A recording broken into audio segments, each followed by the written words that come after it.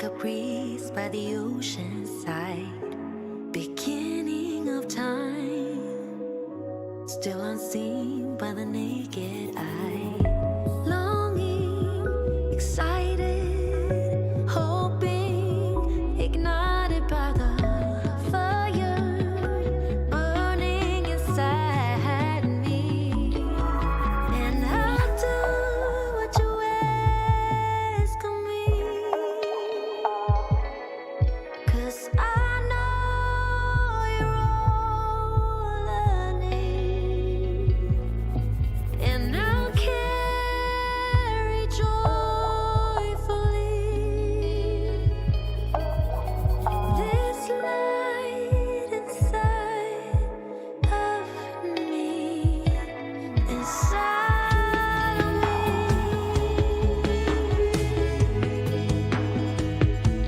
Joyfully,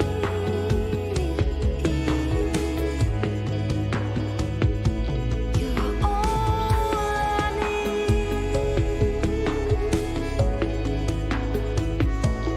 All I need, yeah.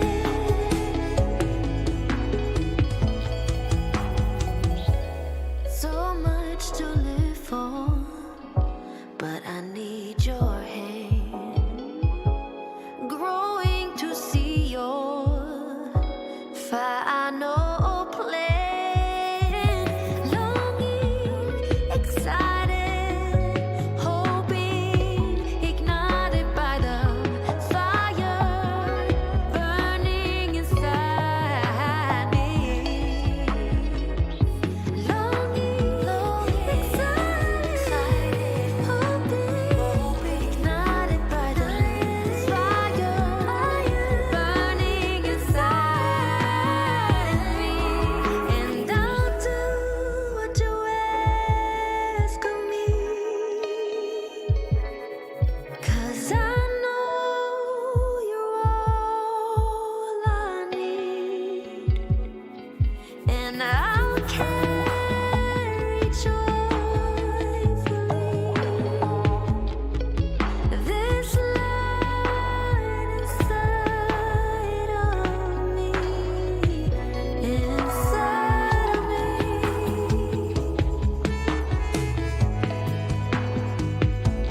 Joyfully,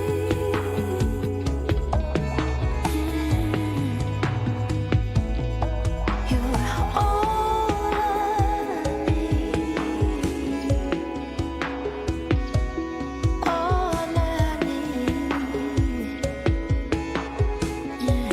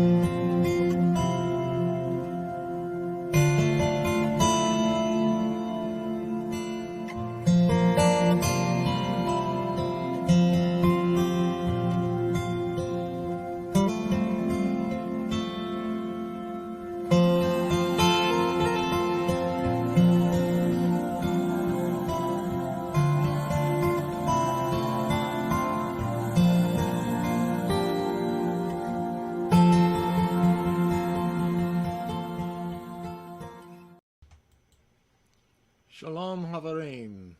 It's good to see everybody here. I think that I went to the wrong screen. Yes, I did. With a microphone. Here we go. I'll get this fixed. There we are. Now you can see me. Appreciate everyone that's here tonight. I have a couple of announcements to make. before we get started. First of all, I've tried to do a little bit of upgrading on my set, and I hope that it's amenable to you guys, and the small changes can make a lot of difference. For example, I'll get a sip of water if you don't mind. Lemon water. Notice it didn't make such a clunk when I set it down. I put a pad there, and I should have thought about that before, but there's lots of things to think of that you don't think of until you're actually reviewing. And another thing, that if I move my mouse, it doesn't directly pop into my microphone. So the sound should be a little bit better tonight than it normally is. And as time goes by, I'll learn lots of different things that will help to make everything better.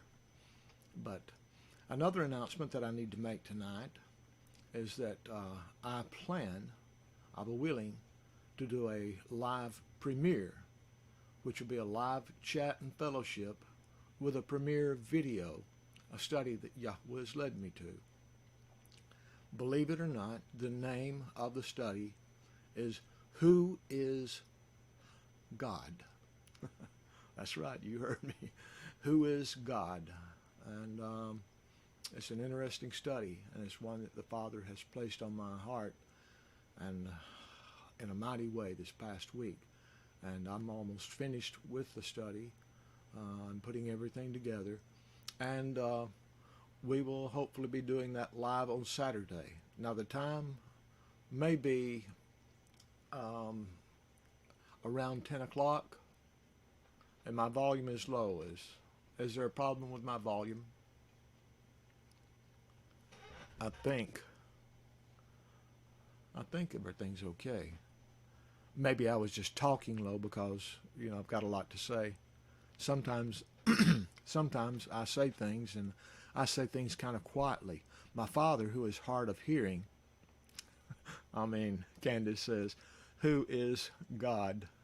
Okay. Well, he's the one that they call God, whose name is more specifically Elohim, and his true name is, of course, Yahweh. And of course, our Adon, our master, Yeshua. But hopefully this will be coming out. It'll be okay. I'm looking still into the chat, and Brad Galloway says, yes, it's a little bit muffled. Well, the air conditioner isn't on, and nothing else is on. If my mic is going bad or something, it can't be on batteries because it's on it's a direct connect. So anyway, if it continues to be bad, just keep reminding me, hey, the sound needs to be upped a little bit or something, and I'll figure out a way to increase the volume. In the meantime, I'm going to get on with the reading. I want you to know, though, that Saturday, just in case, caregiver has a chat and a live fellowship, I don't want to interfere with hers. I would want to be at her chat and at her live fellowship. That would be my heart.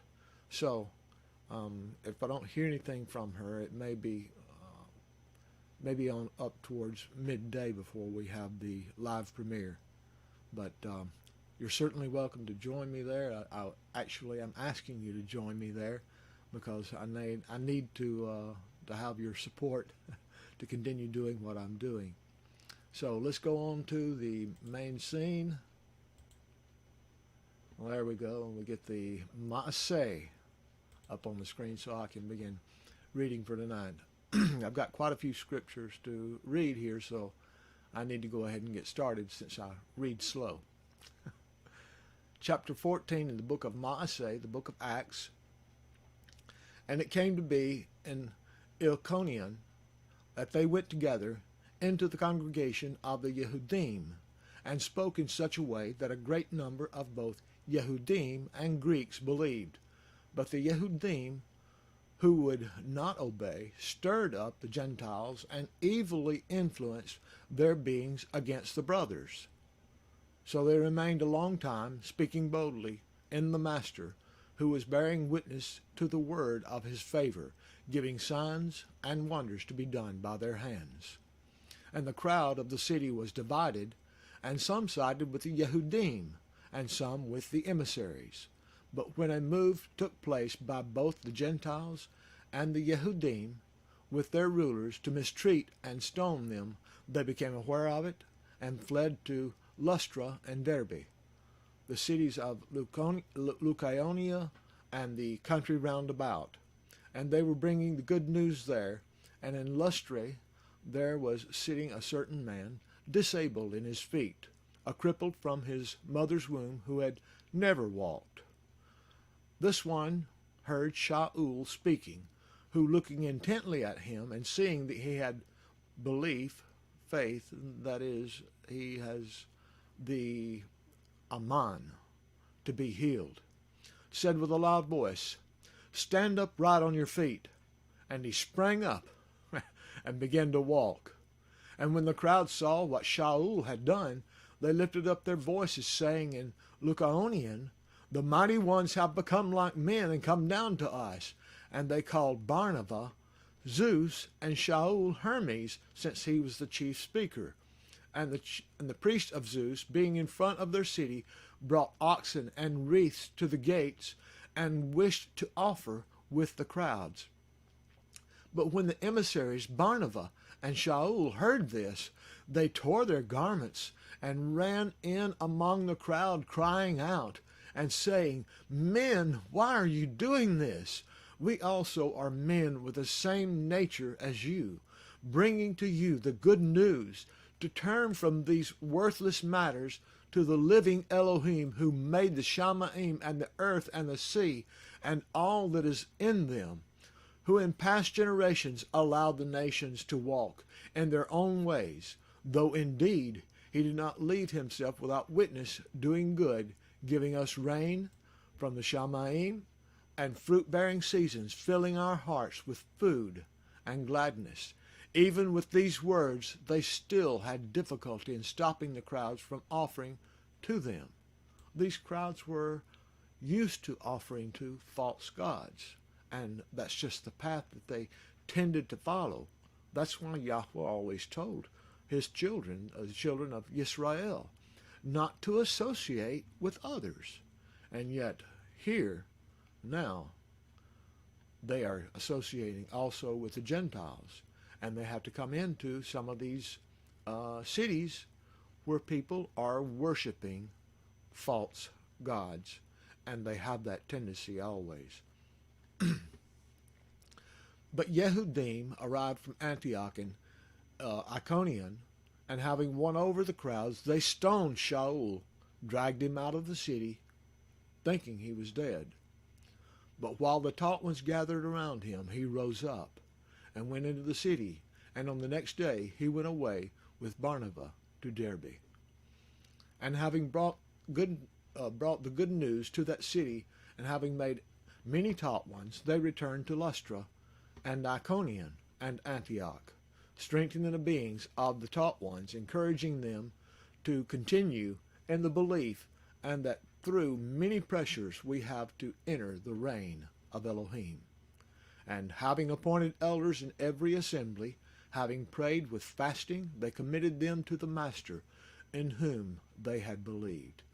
And having passed through Pisidia, they came to Pamphylia, and having spoken the word in Perge, they went down to Attalia. And from there they sailed to Antioch, where they had been committed to the favor of Elohim for the work which they had completed. And having arrived, and having gathered together the assembly, they related all that Elohim had done with them, and that he had opened the door of belief to the Gentiles, and they remained there a long time with the taught ones.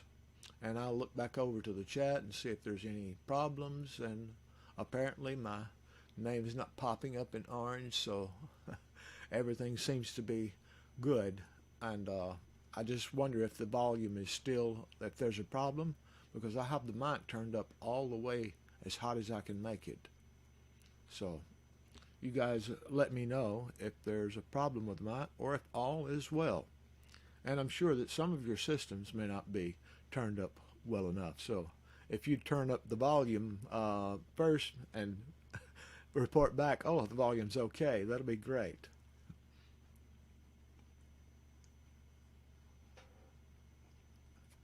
Not near as much of a bump as before when I would set down my lemon water. Okay, I got thumbs up from Matt and Beth.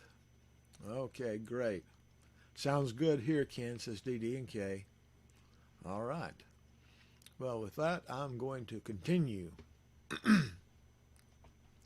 Chapter 15. And certain men came down from Yehudah and were teaching the brothers, unless you are circumcised according to the practice of Moshe, you are unable to be saved. When Shaul and Barnabas had no small dissension and dispute with them, they arranged for Shaul and Barnabas and certain others of them to go up to Jerusalem to the emissaries and elders about this question. So being sent on their way by the assembly, they passed through Phoenicia and Shomeron, relating the conversation of the Gentiles, and they were causing great joy to all the brothers. And having arrived in Jerusalem, they were received by the assembly and the emissaries and the elders, and they reported all that Elohim had done with them. And some of the believers who belonged to the sect of the Pharisees rose up, saying, it is necessary to circumcise them and to command them to keep the Torah of Moshe. And the emissaries and elders came together to look into this matter. And when there had been much dispute, Kepha rose up and said to them, men, brothers, you know that a good while ago Elohim chose among us that by my mouth the Gentiles should hear the word of the good news and believe. And Elohim, who knows the heart, bore witness to them by giving them the Ruach HaKodesh as also to us, and made no distinction between us and them, cleansing their hearts by belief. Now then, why do you try Elohim by putting a yoke on the neck of the taught ones, which neither our fathers nor we were able to bear?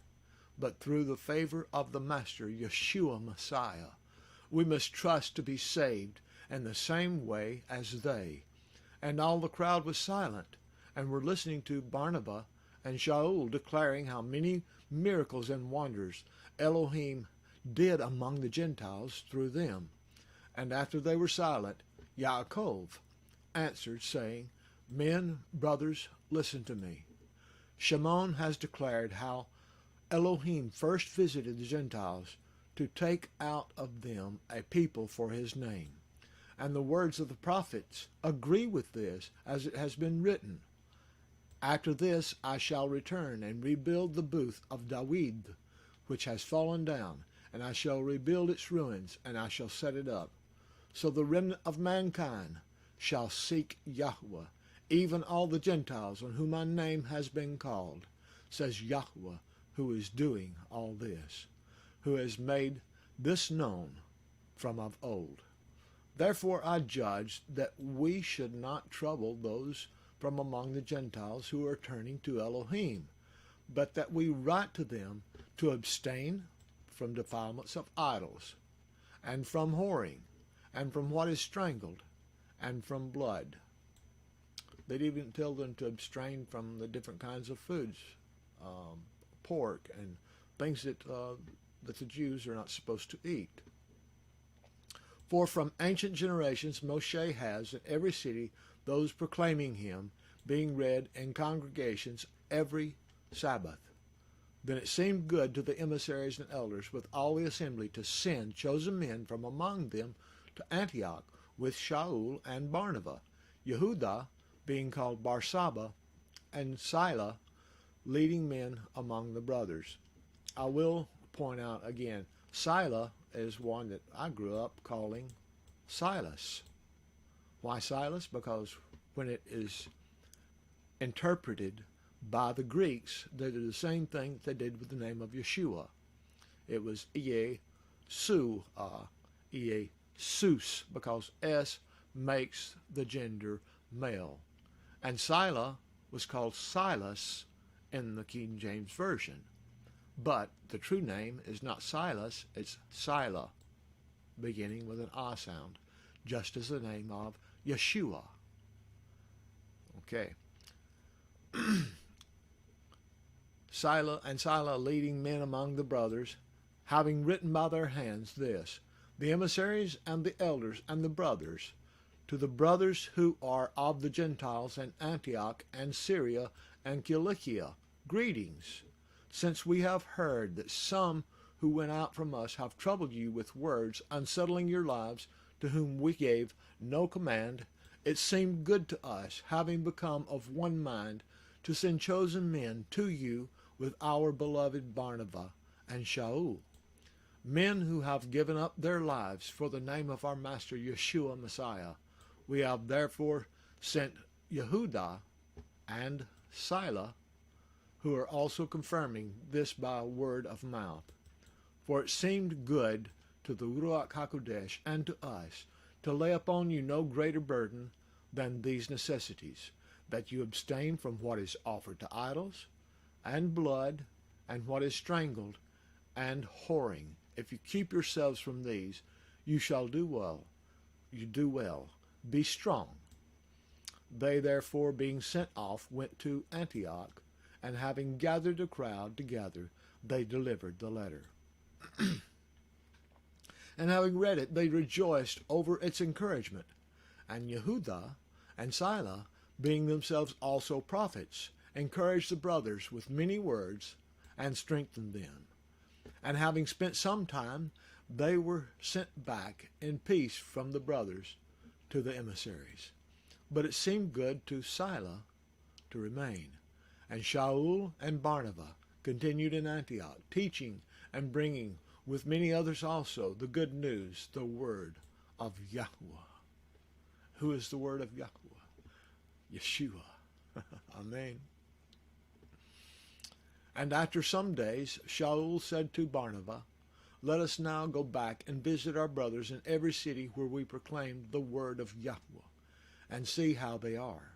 And Barnabas purposed to take with them Yochanan, called Mark, but Shaul thought it not fit to take with them the one who withdrew from them in Pamphylia, and had not gone with them to the work. A sharp feeling therefore came to be, so that they parted from one another. And so Barnabas took Mark and sailed to Cyprus. And Shaul chose Sila and went off, being committed by the brothers to the favor of Elohim. And he went through Syria and Cilicia, strengthening the assemblies. Havarim, you know it is so easy to come into controversy with another. But let's not fight among ourselves. Let's not dwell on controversies. Let's rather dwell on the truth that we all know, and the simple belief that Yeshua is our Messiah and gives us life through the Word which he is. And the Father is very well pleased in him, and is pleased in those who worship him and who come to him through the name and person of Yeshua HaMashiach. And chapter 16. And he came to Derbe and Lystra and see. A certain taught one was there named Timothy, the son of a certain Yehudite woman who believed, but his father was Greek, who was well spoken of by the brothers who were at Lystra and Iconium. Shaul wished to have this one go with him, and he took him and circumcised him because of the Yehudim who were in those places, for they all knew that his father was Greek. And as they went through the cities, they delivered to them the regulations to keep, which were decided by the emissaries and the elders at Jerusalem. Then indeed the assemblies were strengthened in the belief, and increased in number every day. And having passed through Phrygia and the Galatian country, they were forbidden by the Ruach HaKodesh to speak the word in Asia. Why? It doesn't say, so we don't know. And it's as simple as that. What the word doesn't say, we don't know. And what it says, we know. Amen? When they came to Mysia, they tried to go into Bithynia, but the Ruach did not allow them. And having passed by Mysia, they came to Troas. And in the night a vision appeared to Shaul. A man of Macedonia was standing, begging him and saying, "Come over to Macedonia and help us." And when he saw the vision, immediately we sought to go to Macedonia, concluding that the Master had called us to bring the good news to them. Therefore, sailing from Troas, we ran a straight course to Samothrace, and the next day came to Neapolis, and from there to Philippi, which is the principal city of that part of Macedonia, a colony, and we were staying in that city for some days. And on the Sabbath day, we went outside the city by a river, where there used to be prayer. And having sat down, we were speaking to the women who met there. And a certain woman named Lydia, a seller of purple from the city of Thyatira, worshipping Elohim, was hearing, whose heart the Master did open to pay attention to what Shaul said. Yahweh opens the hearts of people to hear you when Yahweh has something for you to say, Chavarim. And when she was immersed, and her household, she begged us, saying, "If you have judged me to be believing in the Master, come to my house and stay." And she urged us. And it came to be, as we went to prayer, that a certain slave girl possessed with a ruach of Puthan did meet us, who brought her masters much profit by fortune telling. Having followed Shaul and us, she cried out, saying, "These men are the servants of the Most High Elohim, who proclaim to us the way of deliverance." And she was doing this for many days, but Shaul, greatly annoyed, turned and said to the Ruach, the spirit that was in her, "I command you in the name of Yeshua Messiah to come out of her." And it came out that same hour.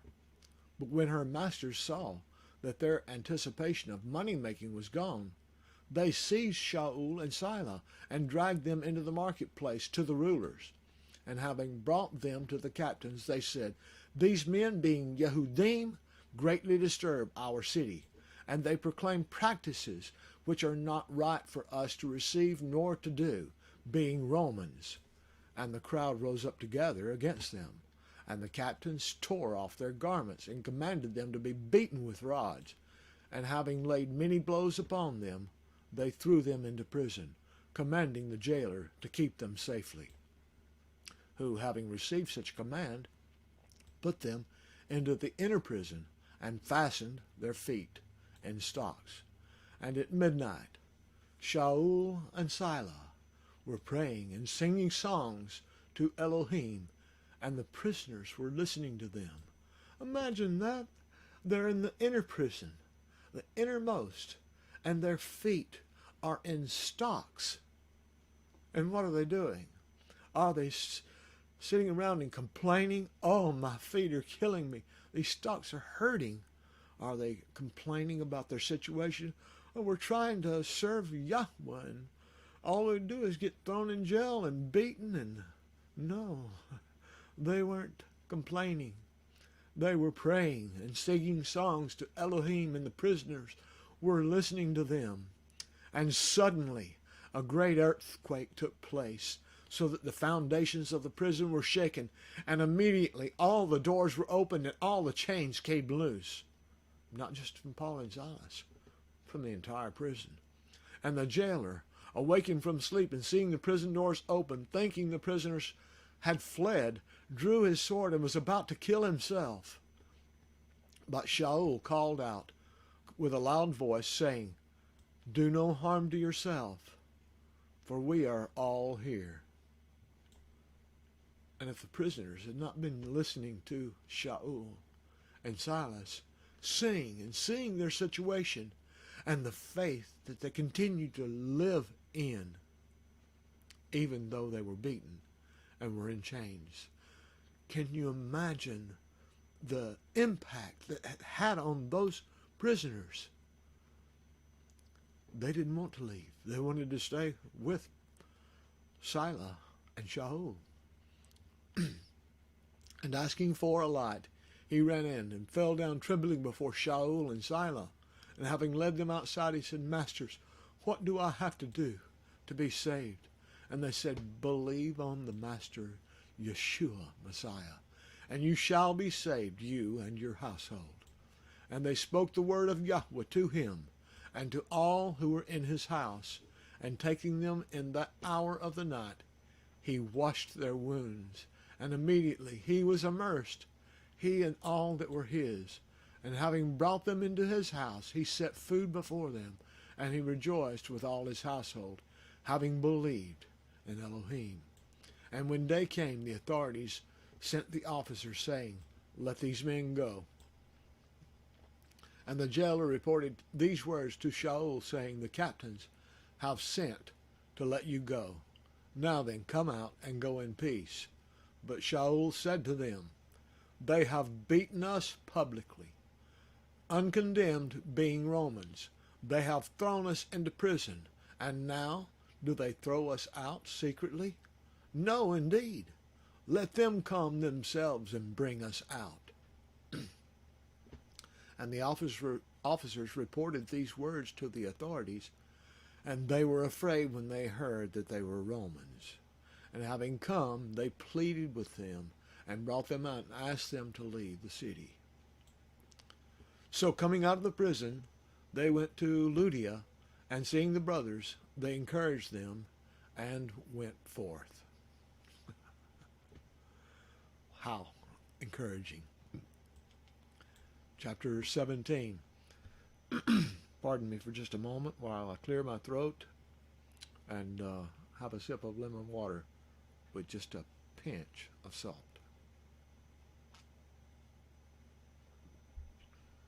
You might say, well, Brother Kent, it doesn't seem to help you too much. You're always clearing your throat. Well, I have had a bad sore throat and thought possibly that I might have this COVID-19 thing, but turned out to be something more like strep throat. So I had a very sore throat. I still have a sore throat, so pardon me if I'm a little bit husky, if my voice is not as clear and sharp as it usually is. But say a prayer for me and I'll get through this just fine. If Paul and Silas can praise and sing Yahweh while they're in stocks, I think that with a little bit of a sore throat, I can proclaim his word, which is such an easy thing to do because I love his word and I love to proclaim it. And having passed through Amphipolis, the first time I read this, I read it Amphipolis. I said, wait a minute, we're talking about a place of frogs, right?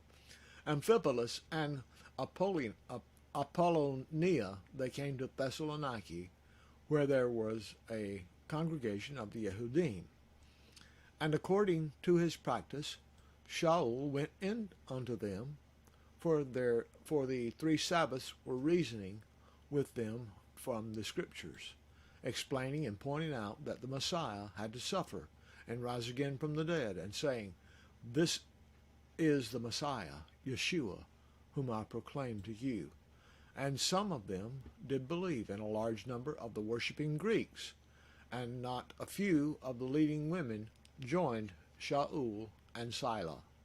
But the Yehudim, who did not believe, having become envious, took some of the wicked men from the marketplace, and gathering a mob, set all the city in an uproar, and came upon the house of Jason, and were seeking to bring them out to the people.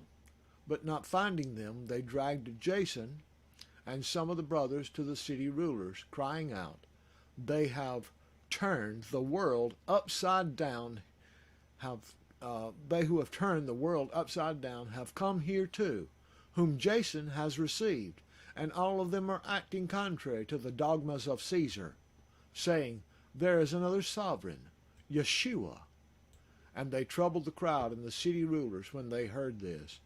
And when they had received a pledge from Jason and the rest, they let them go. And the brothers immediately sent Shaul and Silas away by night to Beroia, who, having come, went into the congregation of the Yehudim.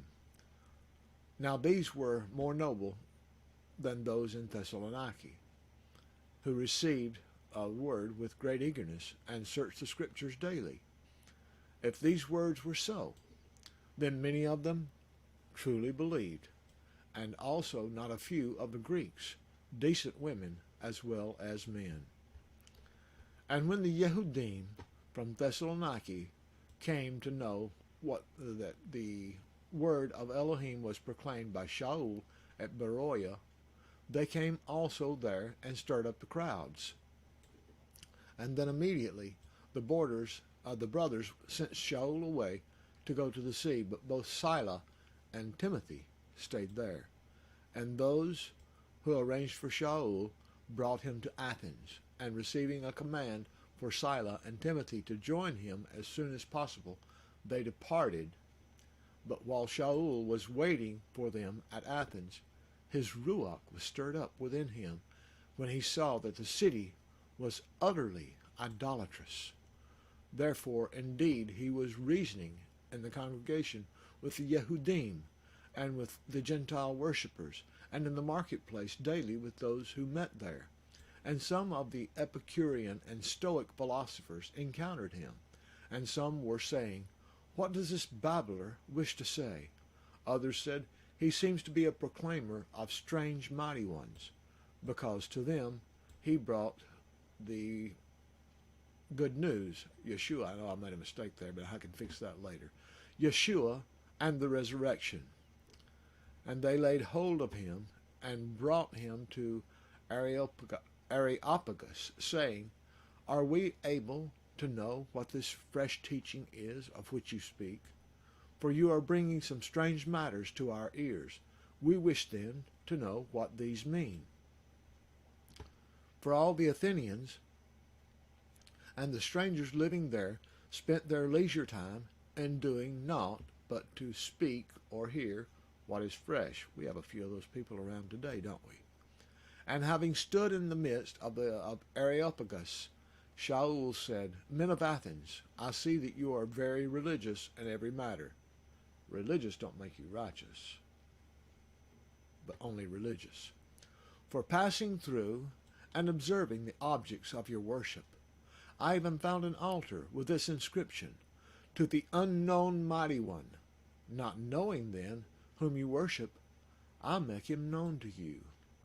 Yahweh, who made the world and all that is in it, this one being master of the Shamayim and the earth, does not dwell in dwellings made with hands, nor is he served with men's hands, as if needing any, himself giving to all life and breath and all else. And he has made from one blood every nation of men to dwell on the face of the earth, having ordained beforehand the times and the boundaries of their dwelling, to seek the Master, if at least they would reach out for him and find him, though he is not far from each one of us. For in him we live and move and are, as also some of your own poets have said, for we are also his offspring. Now then, since we are the offspring of Elohim, we should not think that the Elohim is like gold or silver or stone, an image made by the skill and thought of a man. Truly then, having overlooked these times of ignorance, Elohim now commands all men everywhere to repent, because he has set a day on which he is going to judge the world in righteousness by a man whom he has appointed, having given proof of this to all by raising him from the dead.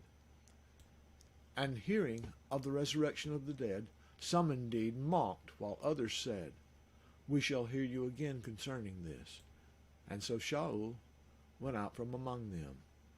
But some men joined him and believed, among them Dionysius, the Areopagite, okay, and a woman named Damaris, and others with him.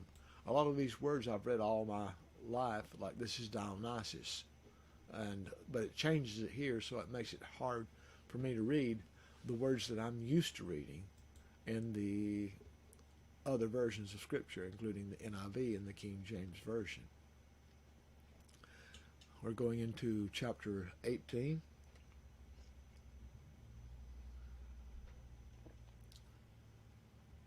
We have quite a way to go, Chavarim. So what say you, shall I end it before I'm finished with these chapters, or if we go over 15 or 20 minutes, is that okay with you? I'll check back with you in a moment while I read this next chapter. And after this, Shaul left Athens and went to Corinth, and found a Yehudite named Aculas, born in Pontus, who had recently come from Italy with his wife Priscilla. Aquila and Priscilla. Aculas is what they call him. Because Claudius had commanded all the Yehudim to leave Rome, and he came to them. And because he was of the same trade, he stayed with them and was working, for they were tent makers by trade. And he was reasoning in the congregation every Sabbath, and won over both Yehudim and Greeks.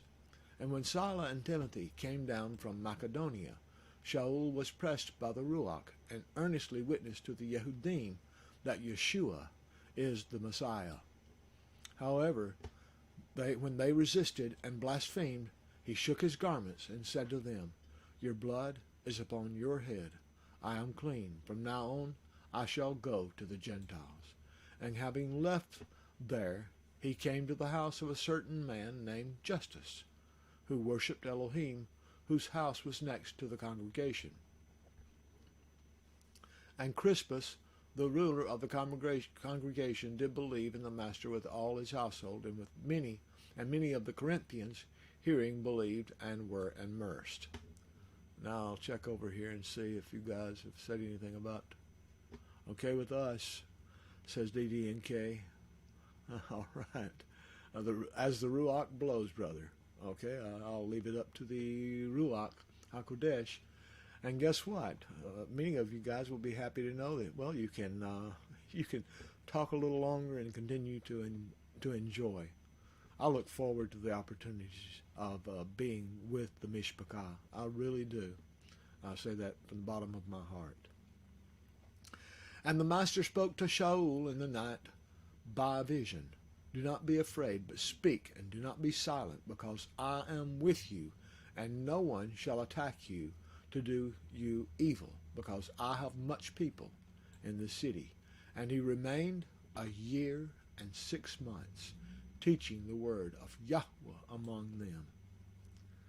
And when Galion was proconsul of Achaia, the Yehudim with one mind rose up against Shaul and brought him to the judgment seat, saying, "This one does seduce men to worship Elohim contrary to the Torah." And as Shaul was about to open his mouth, Galion said to the Yehudim, "If it were a matter of wrongdoing or wicked recklessness, O Yehudim, there would be reason why I should bear with you. But if it is a question of words and names and a law which is among you, see to it yourselves, for I do not wish to be a judge of these matters."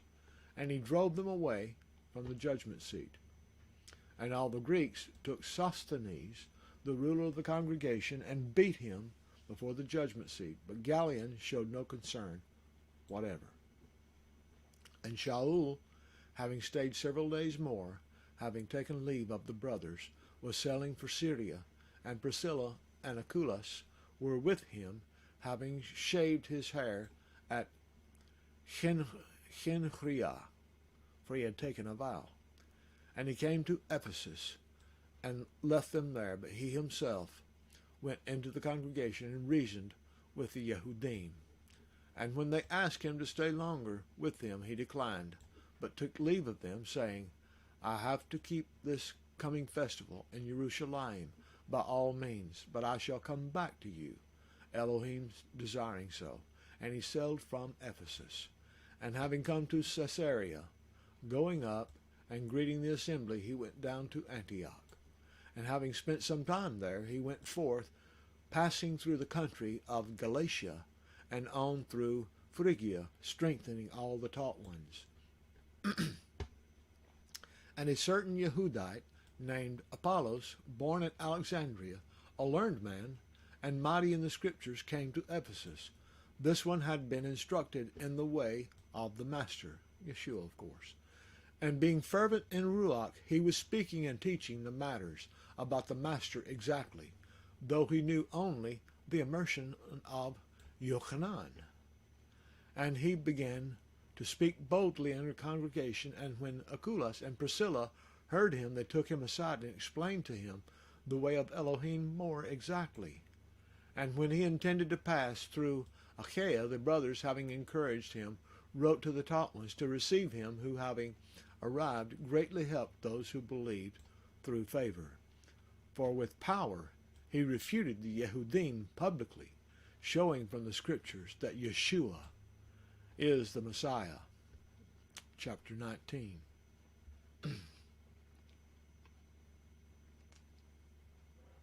Pardon me for a moment. I should have said that before I pardoned myself, shouldn't I? Okay. Chapter 19. And it came to be, while Apollos was at Corinth, that Shaul, having passed through the upper parts, came to Ephesus, and having found some taught ones, he said to them, Did you receive the Ruach HaKodesh when you believed? And they said to him, No, we have not even heard that there is a Ruach HaKodesh. And he said to them, Into what then were you immersed? And they said, Into Yochanan's immersion. And Shaul said, Yochanan, indeed immersed with an immersion of repentance, saying to the people that they should believe in the one who is coming after him, that is, in Messiah, Yeshua. And when they heard this, they were immersed in the name of the Master Yeshua. And when Shaul laid hands on them, the Ruach HaKodesh came upon them, and they were speaking in tongues and prophesying, and all the men were about 12. And having gone into the congregation, he spoke boldly for 3 months, reasoning and persuading concerning the reign of Elohim. But when some were hardened and did not believe, speaking evil of the way before the crowd, he withdrew from them and separated the taught ones, reasoning daily in the school of Tyrannos. And this took place for 2 years, so that all who dwelt in Asia heard the word of the Master Yeshua, both Yehudim and Greeks. And Elohim worked unusual miracles through the hands of Shaul, so that even handkerchiefs or aprons were brought from his body to the sick, and the diseases left them, and the wicked ruachs went out of them. But certain roving Yehudite exorcists, I've always loved this story. Yehudite roving exorcists took it upon themselves to call the name of the Master Yeshua over those who had wicked ruachs, wicked spirits, saying, We exorcise you by Yeshua, who Shaul proclaims. And there were these 7 sons of a certain Sceva called in King James, a Yehudite chief priest, the Cohen, who were doing this. So the 7 sons of Sceva were calling on the name of, not calling on the name, they were exorcising by the name of Yeshua, who Shaul proclaims. They didn't even know him, but they were using the name. And the wicked Ruach answering said, Yeshua I know, and Shaul I know, but who are you? And the man in whom the wicked Ruach was leaped on them, overpowering them, and prevailed against them. So they fled out of that house naked and wounded.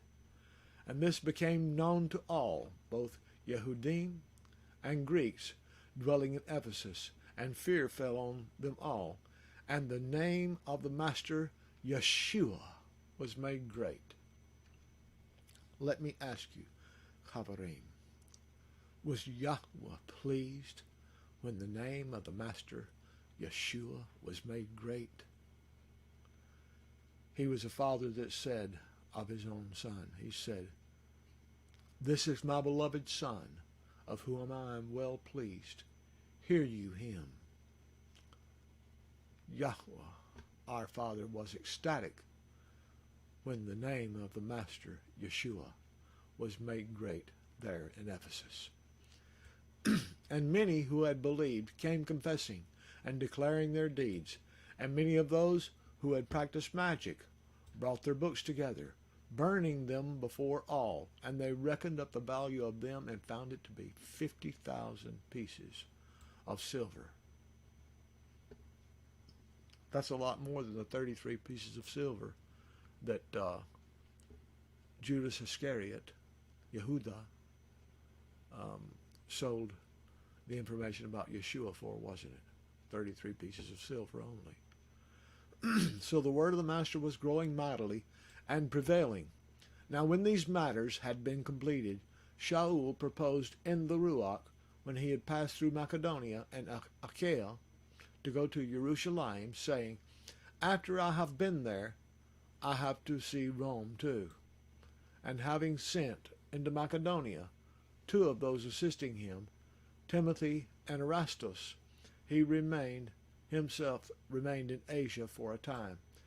And about that time there came to be a great commotion about the way. For a certain man named Demetrius, a silversmith, who made silver shrines of Artemis, provided no little business to the craftsmen, who, having called them together with the workers of similar trades, said, "Men, you know that our wealth is from this business, and you see and hear that not only at Ephesus, but throughout almost all Asia, this Shaul has persuaded and turned away a large number, saying that they are not mighty ones which are made with hands.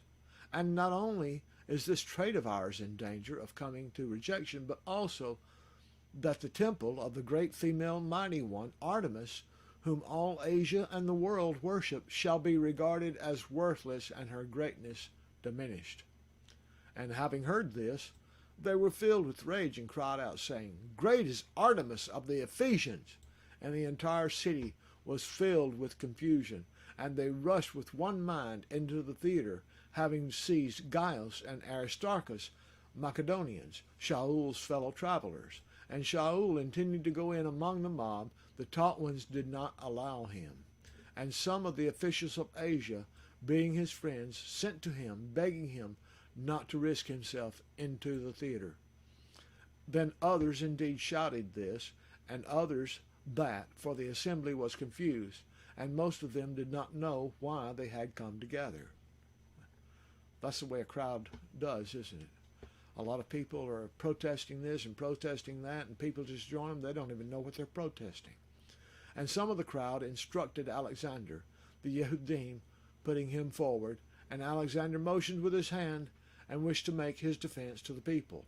But having recognized that he was a Yehudite, with one voice cried out about 2 hours, "Great is Artemis of the Ephesians." And the city clerk, having calmed the crowd, said, "Men of Ephesus, what man is there who does not know that the city of the Ephesians is the guardian of the temple of the great female mighty one, Artemis, and of that which fell down from Zeus? Therefore, if these matters are undeniable, you need to be calm and do not act rashly, for you have brought these men here who are neither temple robbers, nor speaking evil of your female mighty one. If truly then Demetrius and his fellow craftsmen have a case against anyone, the courts are open, and there are proconsuls. Let them accuse one another.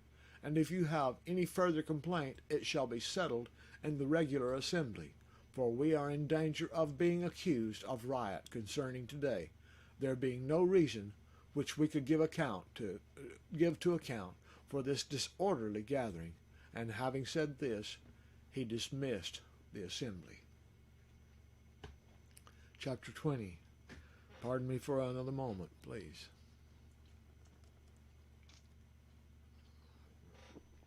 I see in the chat that you guys are talking about marshmallows and bonfires. And oh, wow. Sounds delicious. I hope somebody can build a bonfire outside in a little while, and we can go out and roast some marshmallows. Chapter 20. After the uproar had ceased, Shaul called the taught ones to him, and having embraced them, went away to Macedonia. And having gone through those parts, and having encouraged them with many words, he came to Greece, where he spent 3 months. When he was about to sail to Syria, he decided to return through Macedonia, as a plot was made against him by the Yehudim. And he was accompanied by Sopater of Beroia, and Aristarchus, and Secundus of the Thessalonians, and Gaius of Derbe, and Timothy, and Tychicus, and Trophimus of Asia. And these going ahead waited for us at Troas. And we sailed away from Philippi after the days of unleavened bread, and came to them at Troas in 5 days, where we stayed 7 days. And on the first day of the week, the taught ones having gathered together to break bread, Shaul, intending to depart the next day, was reasoning with them, and was extending the word till midnight. Now, I want to make a point about something here. You see, and on the first day of the week, the taught ones having gathered together to bake bread, Shaul, intending to depart the next day, was reasoning with them, and was extending the word till midnight. This does not mean that we changed Shabbat from Saturday to Sunday, the first day of the week. The taught ones had gathered to break bread. They were having a meal together. It wasn't because they were celebrating the Sabbath on the first day of the week instead of the 7th day of the week. So don't let that fool you. Don't even consider it. The Sabbath day is the 7th day, and it's always been the 7th day. And on the 7th day, it is the Sabbath. And according to the commandments, which the 10 Commandments, I've always heard all of my life, that they are true and that we need to keep the 10 Commandments. One of those commandments is remember the Sabbath to keep it Kodesh. I keep the Sabbath. I don't mind telling you, I keep the Sabbath. I don't know everything to do, but I'm studying more and more and become more and more familiar with the feasts, and every year I grow closer to Yahweh and to his feast and to his Sabbath days, his Kodesh days. Okay, he extended the word till midnight, and there were many lamps in the upper room where they were assembled. And a certain man, by name Eutychus, was sitting in a window, being overpowered by a deep sleep, as Shaul kept on reasoning. He was overcome by sleep and fell down from the 3rd story and was picked up dead. You know, knowing the outcome of this, I could have said, Yahweh said, hey, pushed him over, said, don't fall asleep on me. But anyway, and Shaul, having gone down, fell on him, and embracing him said, do not be upset, for his life is in him. Then going up again, and having broken bread and eaten, he talked a long while, even till daybreak, and so went forth. And they brought the young man in alive, and were encouraged not a little bit. And we, going ahead to the ship, sailed to Assos, intending to take Shaul on board there, for he had arranged, intending himself to go on foot. And when he met us at Assos, we took him on board and came to Mytilene. And from there we sailed, and the next day came opposite Chios. And the next day we arrived at Samos, and remained at Trogyllian, and the following day we came to Miletus. Boy, they're traveling, aren't they? Quite a bit. For Shaul had decided to set sail past Ephesus, so he might lose no time in Asia, for he was hurrying to be at Jerusalem, if possible, on the day of the Festival of Weeks.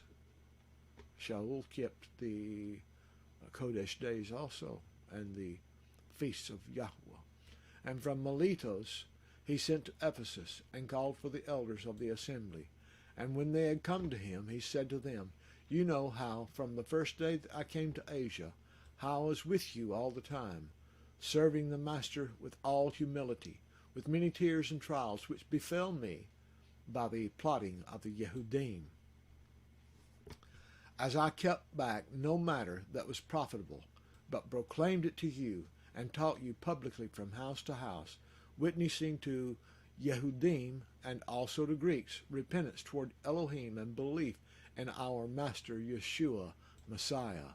And now see, I go bound in the Ruach to Jerusalem, not knowing what is going to meet me there, except that the Ruach HaKodesh witnesses in every city, saying that chains and pressures await me. Didn't stop him. The promise of chains and pressures. He said, But I do not count my life of any value to me, so that I might accomplish my mission with joy, and the service which I have received from the Master Yeshua, to bear witness to the good news of the favor of Elohim, the Chana of Elohim. And now see, I know that you all, among whom I went about proclaiming the reign of Elohim, shall see my face no more. Therefore I witness to you this day that I am clear from the blood of all, for I have kept not back from declaring to you all the counsel of Elohim. Therefore take heed to yourselves and to all the flock, among which the Ruach HaKodesh, the Ruach HaKodesh has made you overseers to shepherd the assembly of Elohim, which he has purchased with his own blood. For I know this, that after my departure savage wolves shall come in among you, not sparing the flock. Also from among yourselves men shall arise, speaking distorted teachings to draw away the taught ones after themselves. Therefore watch, remembering that for 3 years, night and day, I did not cease to warn each one with tears. And now, brothers, I commit to you Elohim, and to the word of his favor, which is able to build you up and give you an inheritance among those having been set apart. I have coveted no one's silver or gold or garments, and you yourselves know that these hands have supplied my needs, and for those who were with me. All this I did show you, by laboring like this, that you ought to help the weak, and remember the words of the Master Yeshua, that he said, It is more blessed to give than to receive. And having said this, he knelt down and prayed with them all. And there was much weeping among them all, falling on Shaul's neck. They kissed him, distressed most of all, because of the word which he had said, that they would see his face no more. And they went with him to the ship. Guess what? It's 1 minute after 8 o'clock. So I made it, Chavarim.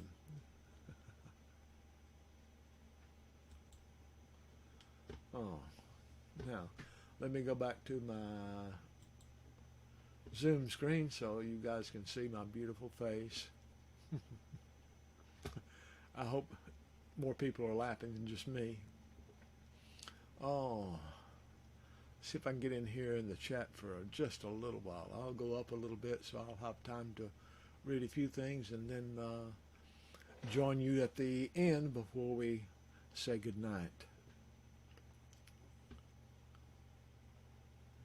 I'm reading DD and K. We miss him too, Cammie, and have no doubts that we'll be seeing him soon. And I have no doubt that you were talking about our dear Professor Allen. I miss him too, very, very much. I can't even wear my hat without thinking of him. The power of Yahweh. They didn't know Yahweh. Yahweh shall not be mocked. Amen, Candace, says DD and K. Amen and amen. Moki Girl says, bonfire. Candace CFCL says, marshmallows needed, LOL. Okay, I've seen this part. And David Ray says, I still have my big bonfire pit. He probably does have a big bonfire pit. Melissa Garber says, amen, amen, Ken. And whatever that was too, I'm sure it was the word, and amen to the word. The madness of today. Cherie, yep. Right, DD and K, as it is written, good shall be evil and evil good. Amen. That's happening now. Nothing new under the sun. Praise Yahweh. This isn't our madhouse. Amen. Yes, amen. Exactly as Yahweh said it would be, Matt and Beth. That's right. He said it would be like this. Right, Ken, Matt, Didi and Kay are laughing and said, we were just thinking the same thing about Shabbat. Yeah, well, I can't pass over that because I keep the Sabbath. And I love to rest my weary bones on a day that nobody can tell me to go out and work. But sometimes the ox falls in the ditch. Sometimes my daddy, who doesn't believe everything that I believe, calls me and says, Ken, can you do this? Or Ken, can you do that? My uncle called me a few weeks ago, and it was right early in the morning on Shabbat, and said, Ken, yes, Uncle. He said, I've got some wiring problems. I used to be an electrician. He said, I've got some wiring problems, and I sure could use your help. So, you know, times like that, people won't understand, and it's like the ox has fallen in the ditch, so we have to get it out. But I always try my very best to rest, to worship, and to praise Yahweh, to pray, and search out the things that I have questions about in my life. So I keep the Sabbath to the best of my ability. Melissa Garber says, I'll long for the Shabbat. Cherie says, I keep the Saturday, the Sabbath of our Yahweh. Yes, his loving instructions, Matt and Beth says. Kodesh appointments with mankind, the Moedim, Didi and K says, Yahweh's Moedim, are so important. They are, and I want to know more and more about them. I'm not an expert, I don't claim to be an expert, but I am studying, and I will learn, and one day, hopefully, I will be an expert in the Moedim of our Yahweh, our Elohim. David Ray says, Amen, brother, Saturday is the Sabbath. It's been the seventh day ever since I can remember, and long time before I can remember. Okay. We have to go Shalom and Ahav. Much Ahav to you all. Stay in the tent with Elohim. Keep looking up. Our Redeemer is near. Shalom and Ahav, Didi and Kay. I think I probably missed you already. Candace tells them Shalom also. And this just jumped with me. Okay. So I'm jumping back. Okay. Woohoo, Ken, says Melissa.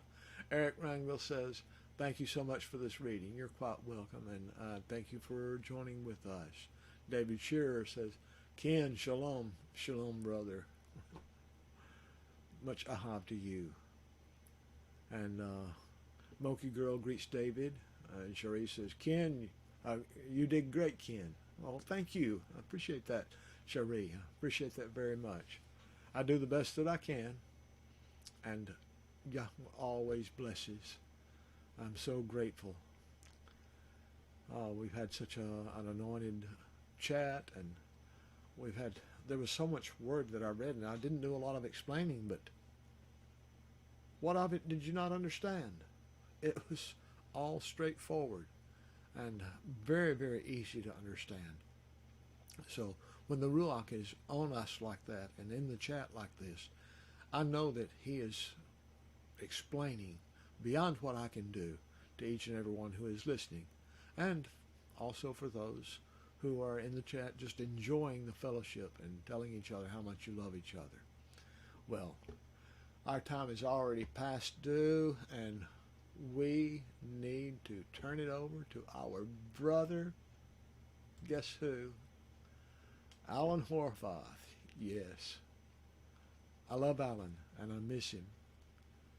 And I hope that I'm honoring him by playing this song that he put so much into, and a song that he so much loved himself, and that we all love. And we love it for one reason: it brings him to our minds. Shalom and Ahav to each and every one of you, my friends. Ahav. Take it away, Alan.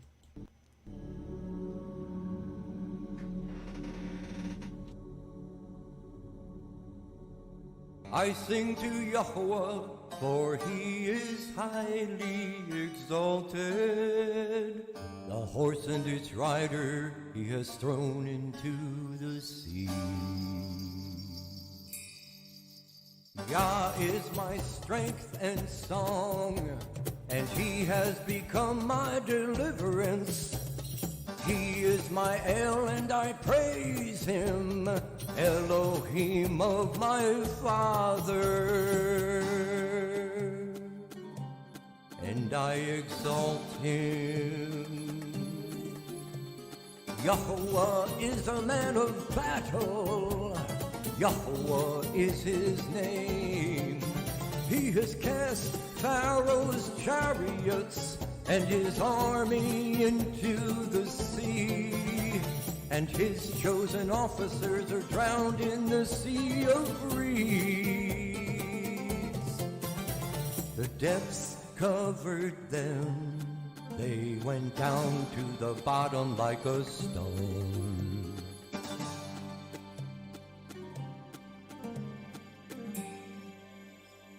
Your right hand, O Yahuwah, has become great in power. Your right hand, O Yahuwah, has crushed the enemy. And in the greatness of your excellence, you pulled down those who rose up against you. You sent forth your wrath. It consumed them like stubble, and with the wind of your nostrils, the waters were heaped up. The floods stood like a wall, the depths became stiff in the heart of the sea. The enemy said, I pursue, I overtake, I divide the spoil, my being is satisfied on them. I draw out my sword, my hand destroys them. You blew with your wind, the sea covered them, they sank like lead in the mighty waters. Who is like you, O Yahweh, among the mighty ones? Who is like you, great in Kodeshah,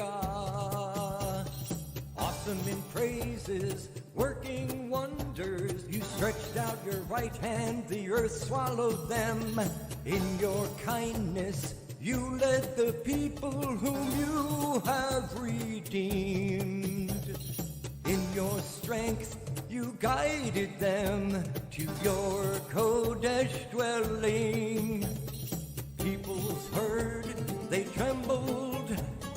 Anguish gripped the inhabitants of Pelasheth. Then the chiefs of Edom were troubled, the mighty men of Moab. Trembling grips them, all the inhabitants of Canaan melted. Fear and dread fell on them by the greatness of your arm. They are as silent as a stone. Until your people pass over, O Yahuwah. Until the people whom you have bought pass over. You bring them in and plant them in the mountain of your inheritance, in the place, O Yahuwah, which you have made for your own dwelling, the Mikdash, O Yahuwah, which your hands have prepared. Yahuwah reigns forever and ever.